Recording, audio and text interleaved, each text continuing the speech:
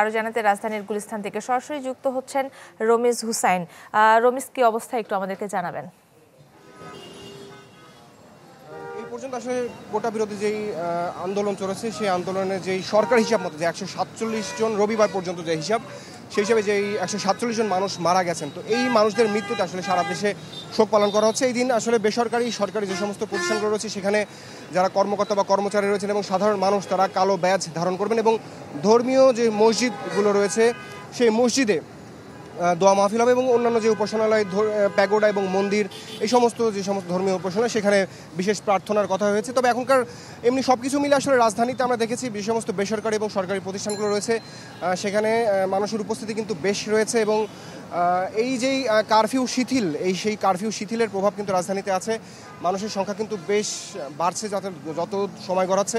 এখন আমি রয়েছি রাজধানীর গুলিস্তান 0 পয়েন্ট এলাকায়। এখানে যে আশেপাশে যে সচিবালয় এলাকা এবং বেশ কিছু প্রতিষ্ঠান রয়েছে, তো এখানে আমি দেখেছি আসলে যে সমস্ত কর্মকর্তারা এখানে এসেছেন তাদের অনেকের শরীরে আসলে কালো ব্যাজ নিয়ে আসলে তারা অফিসে প্রবেশ করেছেন এবং দুপুরের দিকে যেই নামাজ অনুষ্ঠিত হবে বাইতুল মোকাররম এবং আশপাশে যে মসজিদে এবং সারা দেশের প্রায় সবগুলো মসজিদেই এই সমস্ত মসজিদে বিশেষ প্রার্থনা এবং মোনাজাত অনুষ্ঠিত হবে এবং ধর্মীয় উপাসনালয়ে বিশেষ প্রার্থনা অনুষ্ঠিত হবে এবং সব কিছু মিলে এখন পর্যন্ত আসলে রাজধানী অনেকটাই স্বাভাবিক হয়ে এসেছে।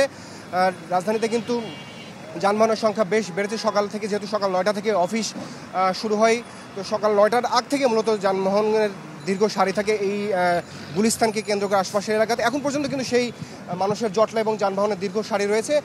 বেলা বাড়ার সাথে সাথে আসলে এই যে ব্যস্ততা এবং কর্মচাঞ্চলতা সেটা আরও বৃদ্ধি পাবে, যেটা আসলে এখান থেকে পরিস্থিতি থেকে যেটা মনে হচ্ছে। তো কাকুল, এই ছিল সবশেষ তথ্য এখান থেকে। রমিজ, আপনাকে ধন্যবাদ। দর্শক, রাজধানীর পরিস্থিতি জানাচ্ছিলেন সহকর্মী রমিজ হুসাইন।